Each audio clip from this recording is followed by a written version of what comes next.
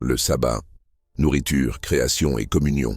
Aujourd'hui, en ce jour béni du sabbat, souvenons-nous que Dieu a créé toutes choses avec sagesse et amour, y compris notre nourriture. La Bible révèle que dès le commencement, l'homme et les animaux reçurent une alimentation parfaite, reflet du plan divin d'harmonie et de santé. 1. La nourriture à l'origine, le plan parfait de Dieu. Voici, je vous donne toute herbe portant de la semence. Et tout arbre ayant en lui du fruit, ce sera votre nourriture. Genèse 1:29. Au commencement, l'homme et la femme ne mangeaient ni viande, ni aliments transformés, mais fruits, légumes, céréales et graines. Les animaux eux-mêmes reçurent une nourriture végétale. Je donne à tout animal de la terre toute herbe verte pour nourriture.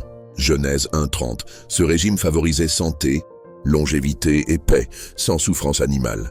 2.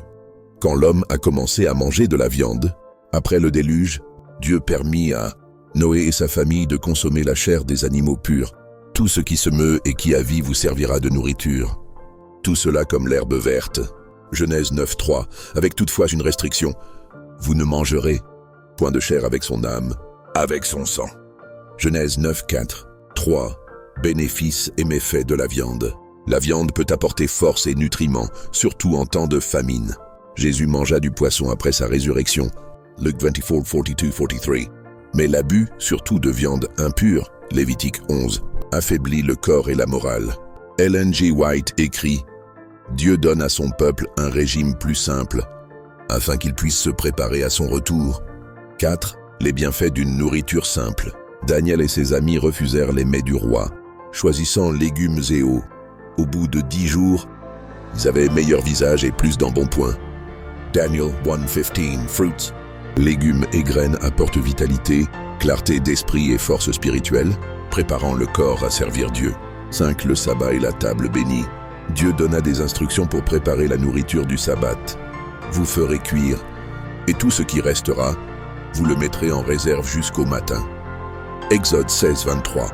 Le sabbat invite à la joie, sans agitation, pour se concentrer sur la communion et l'adoration.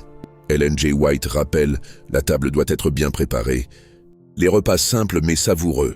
6. Communion et joie autour de la table. S'asseoir ensemble renforce l'amour et préfigure le festin du royaume. Et beaucoup viendront d'Orient et d'Occident, et se mettront à table dans le royaume des cieux. Matthieu 8:11. Conclusion. Dieu a béni dès la création le mariage et le sabbat. Genèse 2:2-3, 24. Que notre nourriture soit pure, notre table un lieu d'amour, et notre cœur prêt pour le grand banquet éternel. Référence clé. Genèse 1:29-30, Genèse 9:3-4, Lévitique 11, Daniel Dan. Exode 16:23, Matthieu 8:11.